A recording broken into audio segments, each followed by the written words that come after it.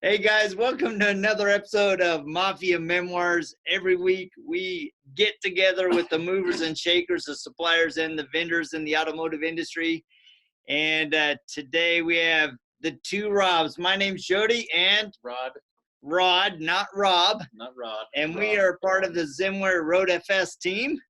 And we've had a lot of fun trying to get the two Robs on this morning. It's been a comedy of errors and mishaps, but we're here, so we're good to go. So how we're are not AD guys, we're detailers. Yeah. That just means you can get the tape residue off the camera when we're done. Exactly. We got stuff for that in the back. Yep. Oh man. So anyway, we're super happy to have you guys on board. We officially met you guys last year, and my visual of Little Rob is Rod and Rob with their little head wraps. That's right. Yep. And I just, every time I see you, I cannot get that image out. I'll probably have to drop in a photo of that, but that is my permanent image of you in my brain. So yeah, I've got that picture at home sitting on the newspaper. I look at it every day. Yeah, I've got that at home too. My image of Little Rob from last year is when they pulled him off of that job and they're like, "Hey, Little Rob, we want you to go over to the finishers," and he just looked at us like, "Suckers," and just walked away like I'm out. He was walking a little tall last year when that happened. Mic drop. I'm out. You guys are on your own. So that's my image. So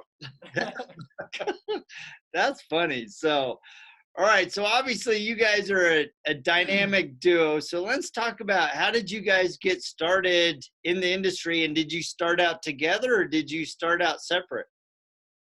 No, we started out separately. I was in high school when I started, so it was about 2015. So between my sophomore and my junior year, basically we have a pretty similar story. We were just really into cars and cleaning cars and keeping things nice and clean. And in high school, I just got this little knack. And one day, someone asked me if they could pay me for it. And I was like, sure. And that's where that started. So that was like 2015. And then I was running that mobile until about 2017. And that's when, or in 2016, Rob and I, who were cousins, that's when we really officially met and got to know each other more. And that's when we met at Rennie's. Yep. Rob and I trained with Rennie. I was like, "Hey, I'm going to train, with Rennie. Do you want to come?" And at that moment in time, we were just two detailers in two different spots trying to start, something. Because I shared a similar story as he did back when I was his age, which was quite a while ago. I tried doing something like that too, and I put an ad in the local paper and did a few cars, and then it just kind of dwindled. I didn't know where to go or what to do. I definitely didn't have the business savvy sense, which was one of the big reasons of going to train with Rennie, not only for detailing skills, but business skills. But that's how that's where we, I think, officially started really kicking it off and getting it into the next gear, with taking detailing professionally and taking it like super seriously.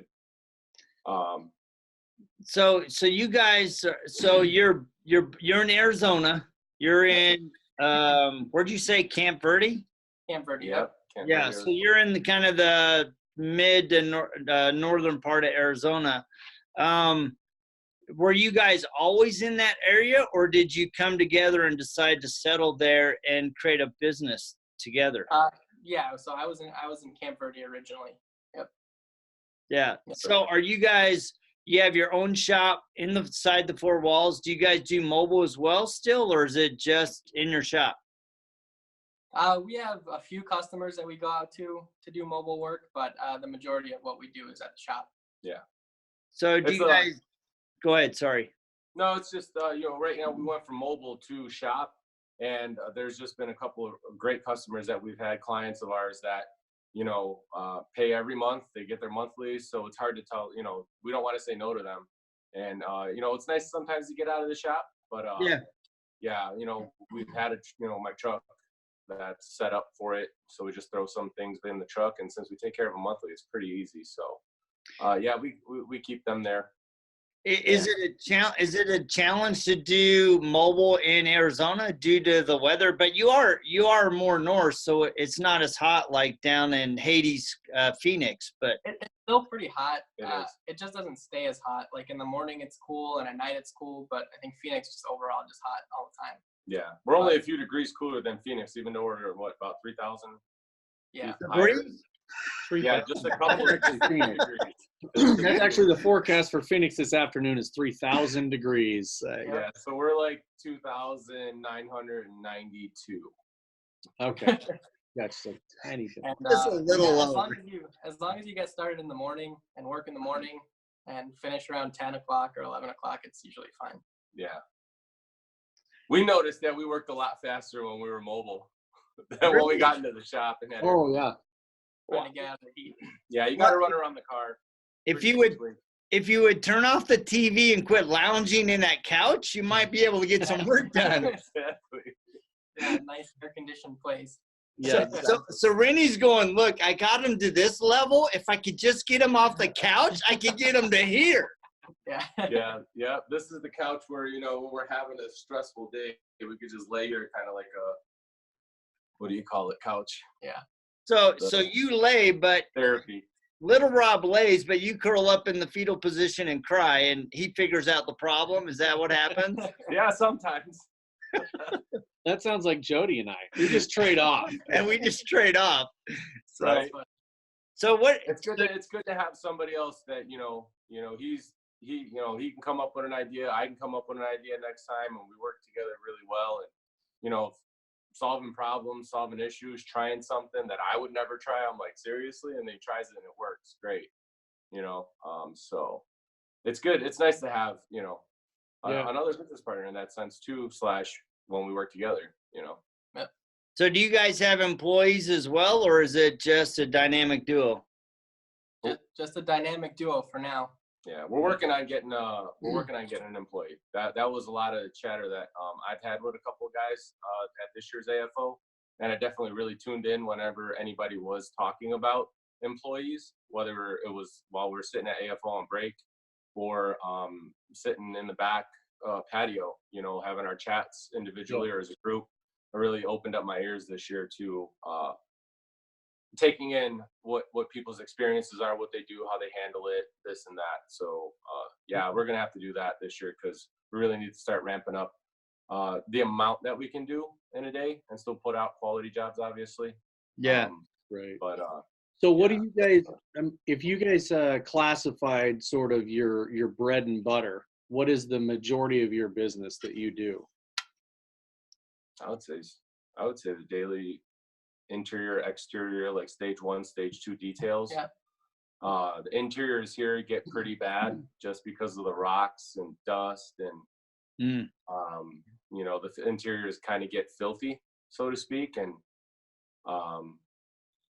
just because of the desert, the surrounding area, the environment that we're in, everything's getting dirty and dusty. Yeah, we're starting to do a lot more coating too, because I think we're just starting to educate the market more over the last few years of how important it is, because the sun here, I mean, you can't drive without seeing a car that's already peeling and bubbling up. So right, having a clear coat failure. People are starting to learn how important that is. So we've been doing that a lot more.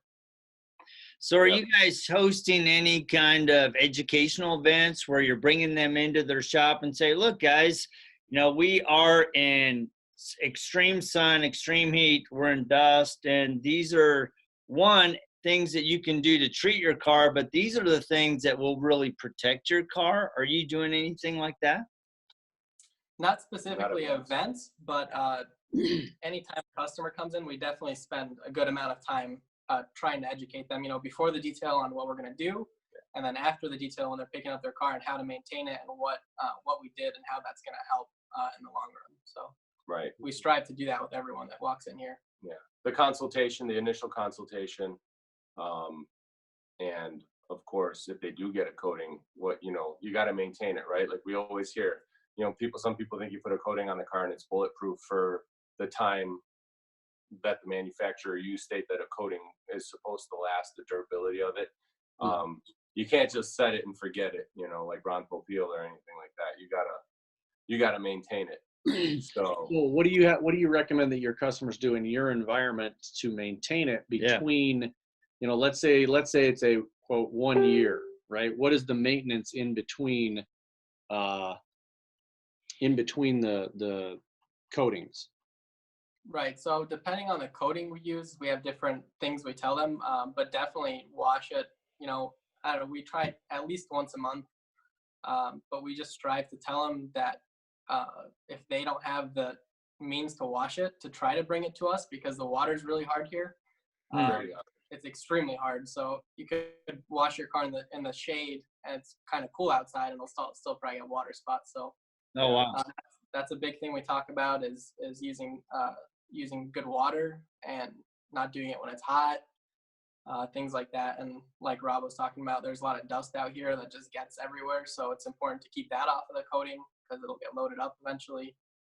yeah, and we send them off with like hey, if you're gonna do it yourself, get a good wash mitt, use you know, a neutral soap, nothing with like some of the car wash soaps that you can get from O'Reilly's or wherever they're going to get their product from, usually a parts store. If they don't get it from us, we don't sell them something. Right.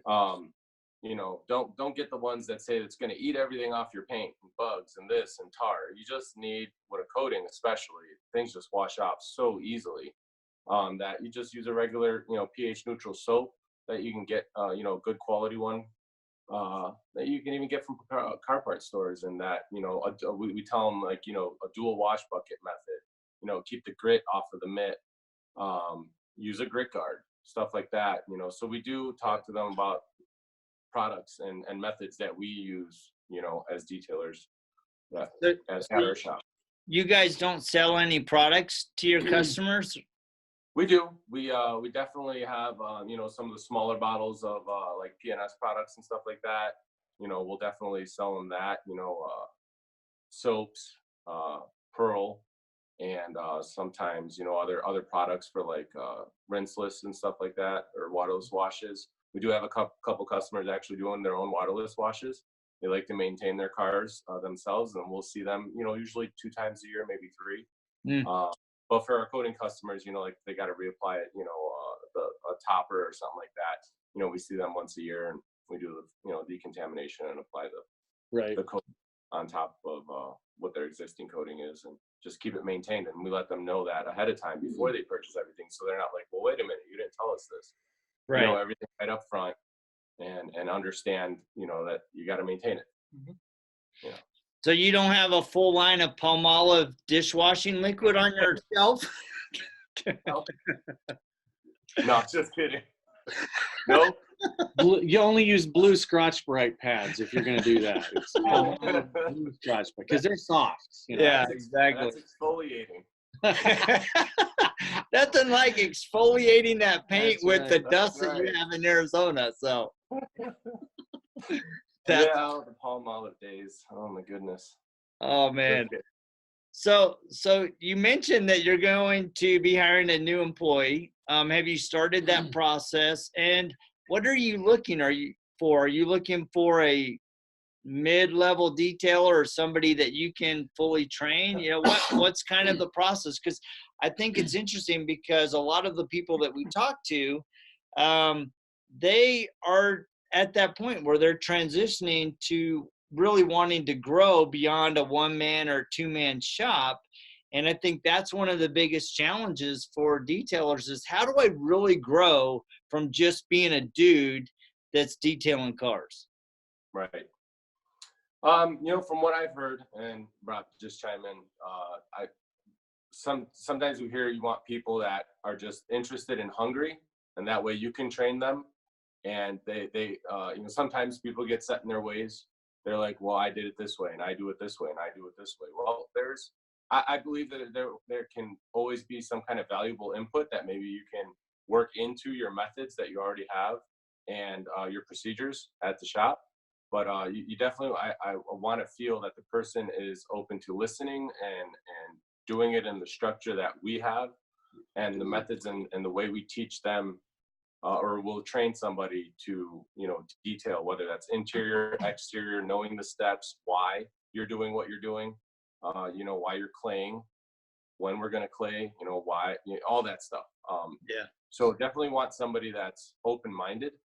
And that's, I think, hard to figure out at first, but you got to give, I think, we're talking to a guy right now that seems very, what's it called? You know, he reached out to us, he called us, we talked to him, and then, you know, there's good communication back and forth right now. We're running after him to try and, you know, get him on the phone.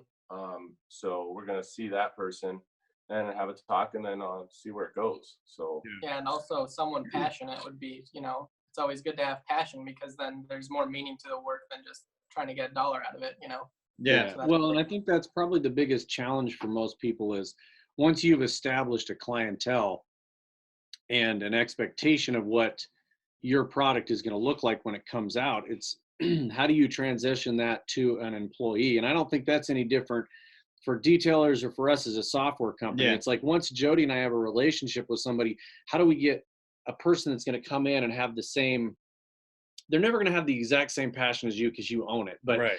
but how do I get them to have the same passion for the product and for the procedures and to just care about what goes out the door? You know, you don't want to be McDonald's and just churn and burn, but you need to have, you know, there's a balance there of really quality work and then doing what the customer's expectations are. If they're paying for one step, then don't do three, obviously. But if they're paying for three, it's got to be nice. It's got to come out the way that you guys want it to be, you know, your quality assurance as opposed to just a wash. Yeah. right. right. I think a lot of that's training. And then of course that person's got to have that patience, tolerance for it. Cause sometimes, you know, it gets hard. You know, we just polished out a big old Dodge Ram 2500 that had water spots on top of water spots on top of water spots. The thing looked gray. It looked charcoal. It's a black truck. Yeah. And, you know, it's a test of, you know, like AFO is a huge, like, until I joked about it with Rob. I'm like, this year, I'm like, my you know, the box area that we work in is like super tight this year. Like after AFO, I'm like staying, like borders are immaculate, you know? So it's just having somebody that has like even the mental capability to do the same thing over and over from this side to this side to, you know, to the next panel, to produce that quality work, right? Like you said, Yeah. if we're going to do a 3-step, it's got to come out looking great. Consistency. Exactly. There you go. Yep. Yeah, that's interesting that you emphasize the lessons learned from AFO, because sure. you know, it's like it's our second year this past year, and it's like every year we go, we pick up something new. Whether, I mean, and we're not professional detailers, we just get in there and help you guys, but you know, it's amazing just, you know, from my experience, you know, being there last year to this year, what a difference when I came here this year, you know, and I put the polisher in my hand and it was very natural. And then you get somebody and say, hey, you know what, let's work side by side in tandem and let's try this approach versus that approach. And it's amazing how just that little nuance or a little change can make a huge difference on the outcome of what you're working on, right? And I think that's a really big thing. So looking forward to the end of the year 2020, you know, what are you guys' plans other than hiring somebody? Or, you know, are you going after new markets? How are you planning on growing? Yeah, definitely planning after hiring somebody, we expect to get more business, and hopefully, you know, after that we can expand a little more.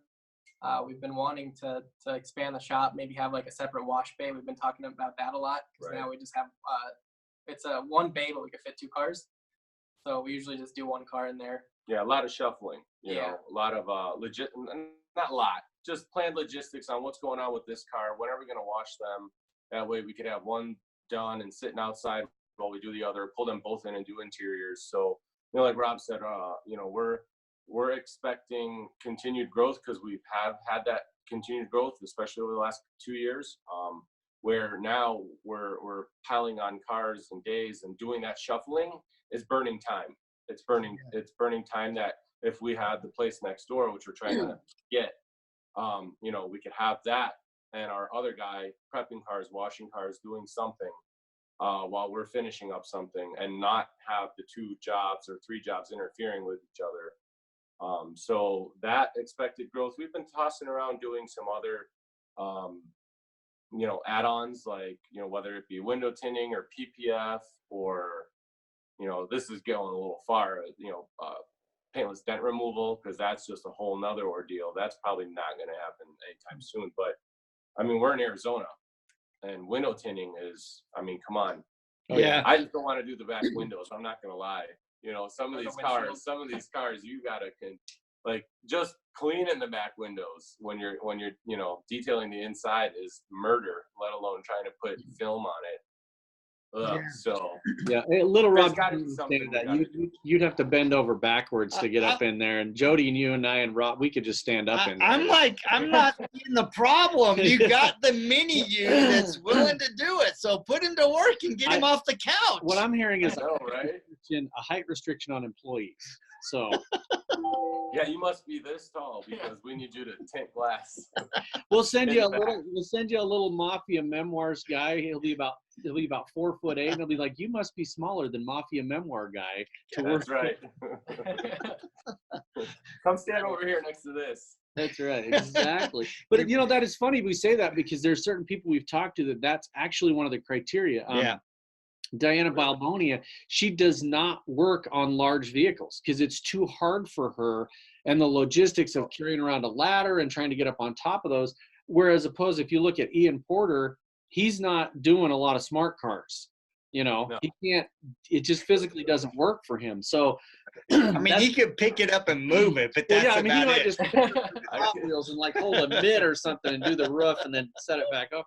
But I mean, honestly, a lot of people think about stuff like that in their particular area. So for Ian, he's got a lot of trucks, and the same with Shane Mayfield. There's a lot of off-road vehicles and everything. Same here. What do you guys see in your market as like the kind of the go-to thing? Is it the smaller cars or? No, we got a lot of trucks. A lot of trucks. This is 2,500, 3,500, 1 ton. Dualies, exactly. Lifted, big wheels.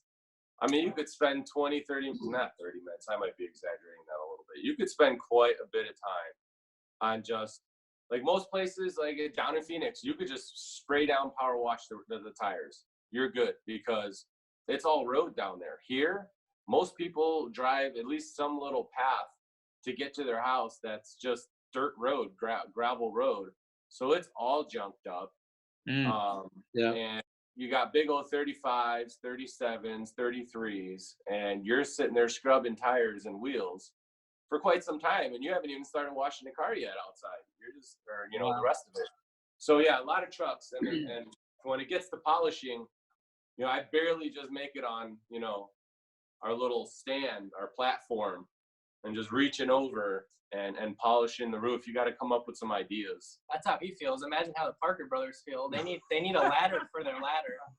They actually have a backpack, and one of them stands on the backpack shoulders of the other one, and they reach over. Right? You laugh about that. No. I have a 2,500 Chevrolet, and in order for me to get the front of the roof, I will take my flex and hold it with one hand and reach out. Yeah. I'm like this. I'm like, this is stupid. This is stupid. Yeah. You're like, if that thing cuts loose, it's on the hood. It's going, Yes, it is. So but the thing about the Parkers though, they don't have to do those big trucks. Oh, they lock out. All the sleek ones that they can reach. They got smart. Not only did they go into the smart car business, but they got into the sleek car business. So sometimes they'll send us a picture of them doing a truck, which is rare. And I was like, you guys need me to help you do the roof? See, that's perfect. You got to do that. They just have to pull out their own scaffolding to get up there. So, but I'll tell you what, if they did have scaffolding, it would be badass. It would be color coordinated, and it'd be lit up, perfect. It'd have lights on it. Yeah. I mean, It's okay. I can't talk, so I'd be right up there with them. So, I mean, it's like. They need lifts like we have at AFO. Exactly. Yeah, exactly. So how do people find you, man? Tell people, all the website, all that fun stuff. So our website, allinthepolish.com. We've got all of our packages, services, about us on there. And then we've got a lot of content on Facebook that people like to see, all the pictures we post and videos of stuff we do every day. And that's all in the polished detailing. And then Instagram we use, but it's more like a general gallery for us. So all in the polished detail on Instagram. Yeah, we find Facebook, you know, as we learned in the past from our seminars and meetings and all our webinars and stuff like that, you know, find what like social media outlet really works for you. And we find that Facebook really does it out here for us, like, totally. But yeah, we get good engagement off of Facebook. Yeah. That's an important lesson, because I think a lot of people are, you know, taking the shotgun approach to their marketing, and they're just blasting away and going, oh, I'll get this, I'll get that. And it sounds like, you know, you guys are narrowing in sniper style and saying, you know what, we've learned over time that Facebook is our best engine, and we're going to leverage that. And I think that's a really important lesson for a lot of not only detailers, but business owners, is, you know, really hone in on where your market is and then fine tune the message to resonate with them so that you can earn their trust and ultimately earn their business. Correct. That and word of mouth. Forgot word of mouth. Yeah, Word of mouth is huge for everybody, especially in this, you know, especially in the business. You guys are in the detailing, you know, it's really, it's somebody's experience with you. And, you know, me personally, if you know, anybody out there that's watching this that has not met these guys or have not done business with them, these guys are as nice as they sound. Yes, they are. And one of my experiences, you guys are just like straight up, really super nice guys. And I mean, I think that's huge in the industry, is somebody that you can go into and trust and know. I mean, there's a lot of, I'll say guys, there's a lot of guys out there that won't take their cars to someone because they're scared or they got a lot of pride and they don't want to go in and be like, I don't know what the heck to do with it. But I mean, you guys, I think, are very unintimidating and very approachable. So I think that's awesome. That's a good asset that you guys both have. Thank you. Thank you. Nothing like that baby face to win their trust. Yeah, sometimes I'll be like, who's rolling up? I'll be like, Rob, you go out there. You know what? And that's an important thing, right? I mean, recognizing who is the appropriate person to talk to people. I mean, Rod and I do that all the time. Oh, yeah. You know, there are people that you know, that as you talk to them and you connect, you recognize that Rod's personality or his background is more relatable to that person, and vice versa. Sometimes mine is. And that's the power of having a team, being able to recognize, you know, who's the stronger play in this scenario. So Yeah, absolutely. I tend to talk a lot. Yeah. Rob will get straight to the point. And so if the person's just getting a blank face, I'm like, I let Rob take over. Well, it's funny. We've actually have customers that have requested one or the other of us. Like they've come in and met us both and started working with me, and they're like, they've gone to Jody and go, Jody, I think I'd rather work with you. And then vice versa. There's been people that have said, I think I'd rather work with you, just because of, like Jody said, the personalities or backgrounds. Sure. Straight up, if somebody comes in and they speak Spanish, it's him. You know, I can ask to go to the bathroom or order a beer. That's it. Other than that, it's this guy. So that one's an easy one for us. But the other one is, you know, it's just, I think it all just depends on who they're comfortable with. And you just have to have, you know, it's not even thick skin. You just have to have the brains to understand that it's not personal. It's just how it is. just to connect. Right. So that's great. So Yeah, whatever it takes to build a relationship, that's what we're all about. So yeah, that's awesome. Well, we really, really appreciate you guys taking the time to join us. Thanks for having us on. Yeah, it's been great to work side by side with you guys at Air Force One, and you know, just to learn from you guys. And you know, I know Rod and you worked very close, Little Rob, and you know, my interaction with Big Rob has just been over the top phenomenal. And just by my relationship with you guys, I would hands down recommend you guys any day of the week. So if you're in the Camp Verde area, you need to reach out and get your detailing that big old beast. Get it done by Big Beast and Little Beast. So you guys have a great or your day. smaller cars. That's right. Smaller cars too. That's it. You're like, just give me a car. Let us work on it. We're good. That's right. Awesome. Well, thank you guys. We appreciate you guys joining us. And those that are tuning in, give them a shout, give them a thumbs up on Facebook, give them a like, and we will catch you guys next week on Mafia Memoirs. See ya. Guys, have a good day. No, I'm kidding. In fact, what I ought to do is I ought to just record all this stuff so we can have a good blooper We'll have reel. a good out. Oh, we definitely need a blooper on like when the phone just flipped over on itself. That's right. We'll be like, and here we are, What did I just with do? Rob and Rob. And then there's the Snap-on light, you know, sponsored by. Oh, did you see that? now you see our awesome setup. That's right. Yeah, we're not. How about that? How's that better? Is that better? Well, it's fine, except for both of you look like midgets. Yes, no, That's maybe not so. possible. Wait a minute, what happened? Everything froze. Did we pause something? I don't know. Something. Are you guys on wireless or are you on cell? Oh, no. They're not on at all. All right, how about now? How about There, now? now you're back. Yeah. You're back. Hey. All right, here, scoot in here. Don't be shy. Get up We got close. Don't be consulting shy. here, Ross. Don't be shy. We're touching knees. So do you have that thing like above your head? What? Your iPhone or your Android? Yeah, Yeah. It's above us. Why is it? Is it look weird? Because it looks like probably your view of looking at me. Shit. Well, we can adjust that. That's for sure. This is great. Yeah, you look like. We'll just need more tape. Damn, we needed to have that on the recording. It is. I'm How do you- recording. Exactly.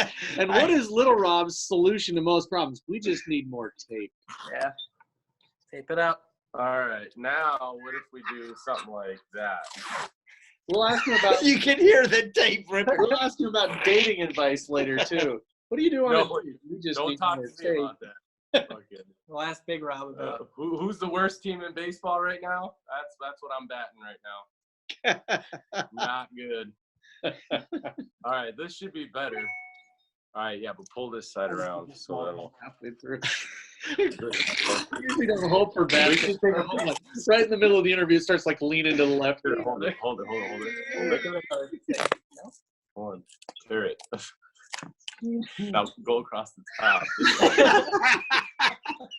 Right across the screen. Put it right over the freaking camera. I'm gonna have tape residue on my phone. That's all right. You look like Kermit the Frog today. I feel like a surgeon taking someone's head so they can't move it. Perfect. Look at. I did it again.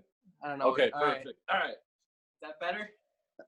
Well, we'll find out when you sit down. There you go. That's go. great. Awesome. All it took was 2 beads of tape. That's awesome. You know what? It's amazing what you can solve with tape. So, Yeah. you know, it's a white trash cure all duct tape. Dang right it is. Yeah. Green masking tape. It's good Yeah. stuff. Have you ever visited that website? I think it's called White Trash Fix. And No. it's all these duct tape fixes. It's pretty common. Oh, that's funny. Yeah. So We actually use our good old 3M tape. There you go. there you go, man. There it goes. Awesome. Well, we're super excited to have you guys. So Well, we really we're excited that you guys asked us.